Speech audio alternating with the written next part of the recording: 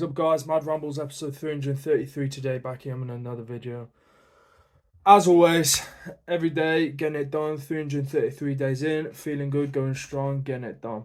And in today's video, I want to talk about something I've really been thinking about lately, and that is the importance of a dopamine detox. Now, this isn't to say that dopamine isn't good in little bits.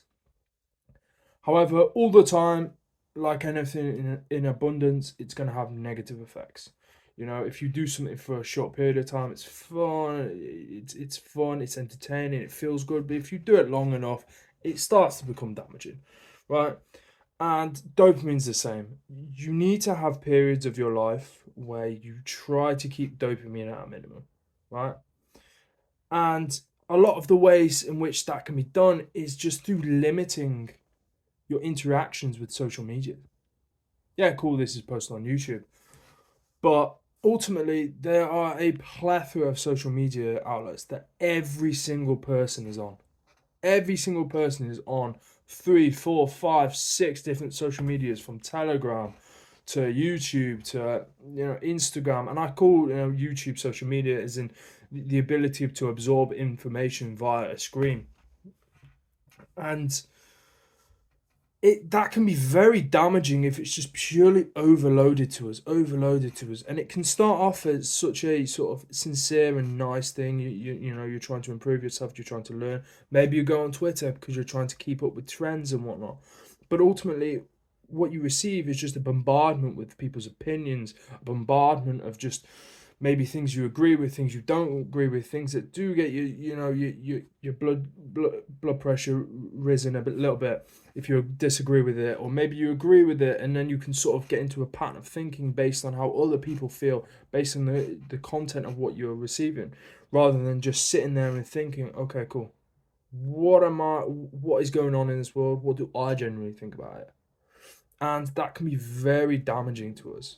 It puts us almost in a trance-like state where we're just clicking on it because we feel we have to. It's so rapid. Our attention spans become so low. We just want the next dopamine. We don't even realize what we're doing until we stop, until we genuinely unplug away from it. And the fastest way to do that is just cut out all the nonsense, cut out anything, and you have to be brutally honest with yourself. Okay, cool. Am I at a point where I'm probably receiving a bit too much dopamine in my life? The answer is probably yes.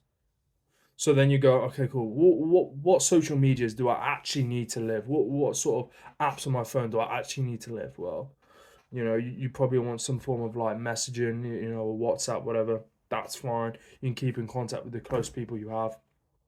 If you're doing business or making money on something, then you want something to do that. However, you must ensure that the reason why you're keeping said social media platform is to make money from or make content from.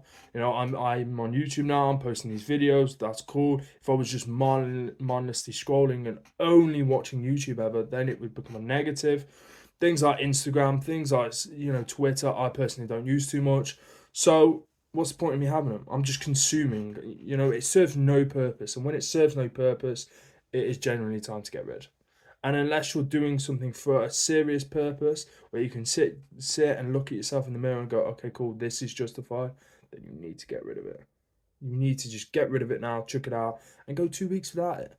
And you'll see how much your life improves. You'll see how much more present you become. You'll see how much more sort of laid back to people's opinions become, how much you process thoughts and opinions. Because when someone gives us an opinion in the real world, we sort of sit there, we're able to digest it, we're able to process it, we're able to think about what we genuinely think on said information we've been given. However, when it's on social media, it's thought. You don't get time to process. You don't get time to think. You're just bombarded with the next thing. What does so and so think about it? What did this person think about it? What did that person think about it? And yeah, cool. It has its merits. It can help you be provided with an all-rounded explanation and sort of different viewpoints on a topic. But ultimately, the major viewpoint you should feel is yours. And unless you're given the time to think about that, then what's the fucking point in anybody else's viewpoint? You haven't got the real one viewpoint that matters to you, yours. So get off your phones, if you don't make money from it. Get off your laptops if you don't make money from them. be in the real world, sort of engage with the people around you, be present in the conversations you have, especially with your loved ones, and get off dopamine. Get your dopamine detox so your dopamine is all the way down, you're not on social media apps, and you are living for now and doing things positively. You're not being ruined or ruled by some social media algorithm. I've been Keenan, been a good call. Peace.